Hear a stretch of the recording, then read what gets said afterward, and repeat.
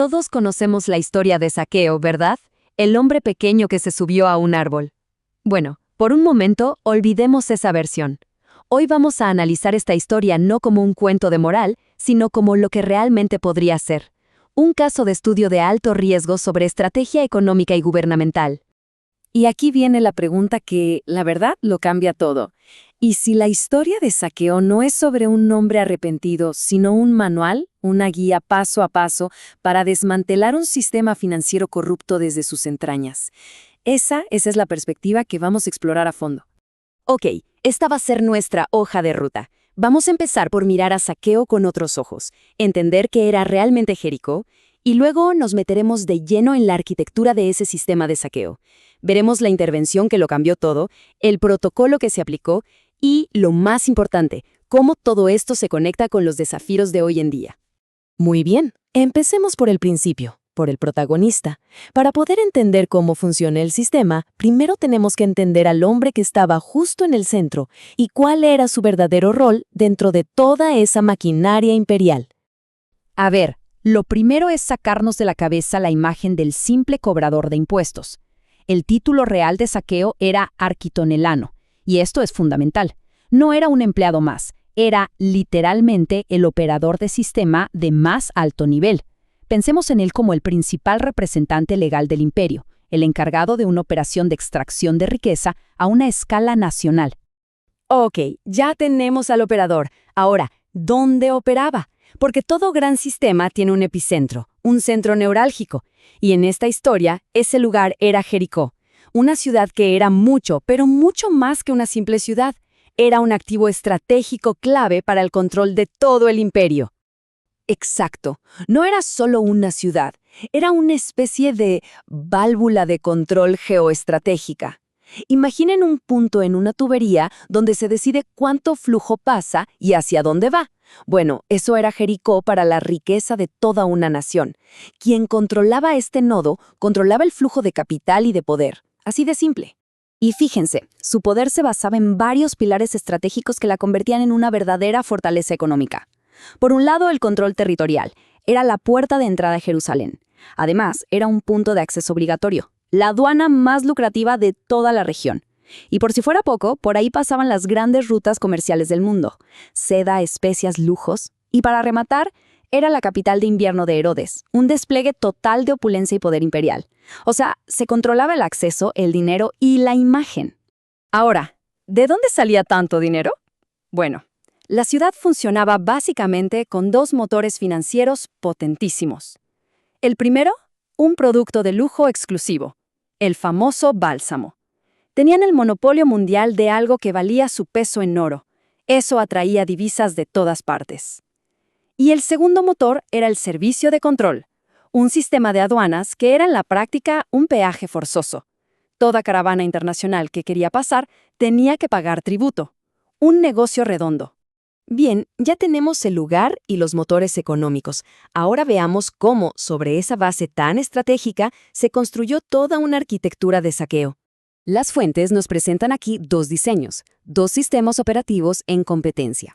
Por un lado, el sistema de Nimrod, el de Babel, todo uniforme, masificado como ladrillos idénticos, diseñado para centralizar el poder y retener la riqueza.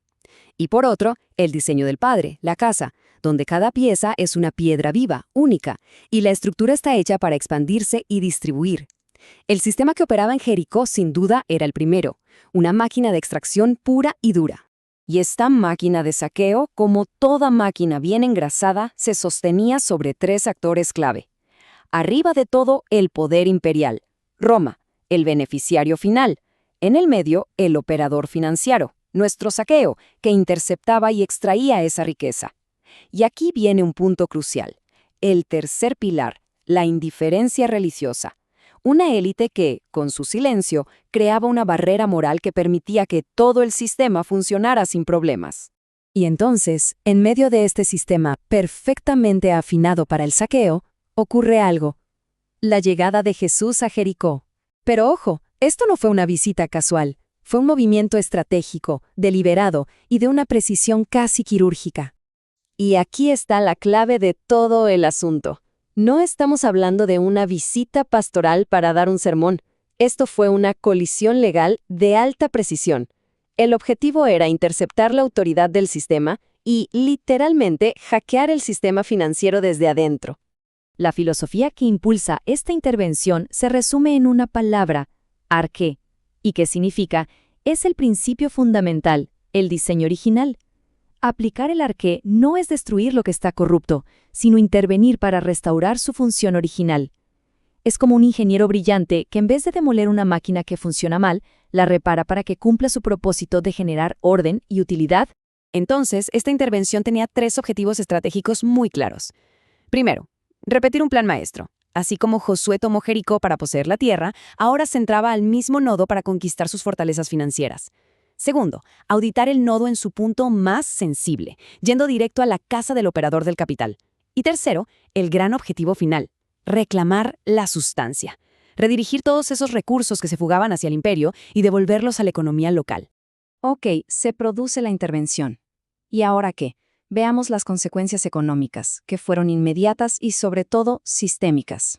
Miren, la transformación de Zaqueo no fue un momento de remordimiento emocional, fue lo que podríamos llamar una metanoia financiera, es decir, un cambio estructural, técnico en su mentalidad, que alteró por completo la administración y el flujo del capital que él controlaba. El dinero, literalmente, empezó a fluir en la dirección contraria. Y su famosa declaración, eso no es una disculpa, es un decreto legal. Zaqueo está invocando una ley que ya existía, la ley de la máxima penalidad, que se aplicaba al robo premeditado de capital productivo. Con esa sola frase, activó un mecanismo legal que desencadenó un tsunami económico. Y el resultado, fue una transformación económica total. Piensen en el antes y el después. Antes, teníamos una economía extractiva que empobrecía a la gente. Después, una de restitución. Se produce una inyección masiva de capital de vuelta al territorio. El mecanismo ya no es el fraude, sino la justicia. De un día para otro, se cancelan deudas, se reactivan negocios. El mismo hombre que era el operador del saqueo se convierte en el motor de la economía local. Increíble, ¿no? Pero la pregunta es, ¿y esto qué tiene que ver con nosotros hoy?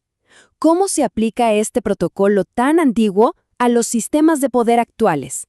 Vamos a ver la relevancia que tiene esta estrategia en el mundo moderno. La cuestión es que el protocolo sigue absolutamente vigente. ¿Por qué? Porque aunque los nodos estratégicos han cambiado, ya no son ciudades con murallas, los principios de operación son los mismos. Hoy, los nodos son los centros de la tecnología, las finanzas, los medios de comunicación, operan con lógicas de control muy parecidas y, por lo tanto, pueden ser intervenidos con la misma estrategia. Y esto nos lleva a una distinción fundamental, a 2 formas de operar en el mundo, 2 sellos.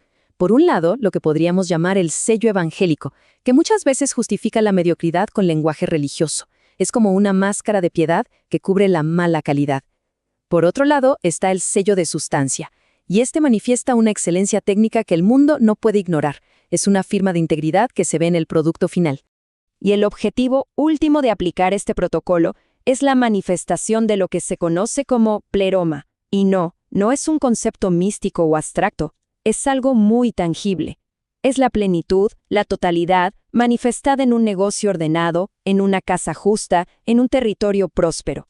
Es el producto final de un sistema bien diseñado. Y con esto llegamos a la pregunta final. ¿En las estructuras que se manejan en el propio ámbito de influencia, están operando como cómplices de la escasez, extrayendo valor, o se están configurando como una válvula de justicia para manifestar esa plenitud, ese pleroma, en esa jurisdicción?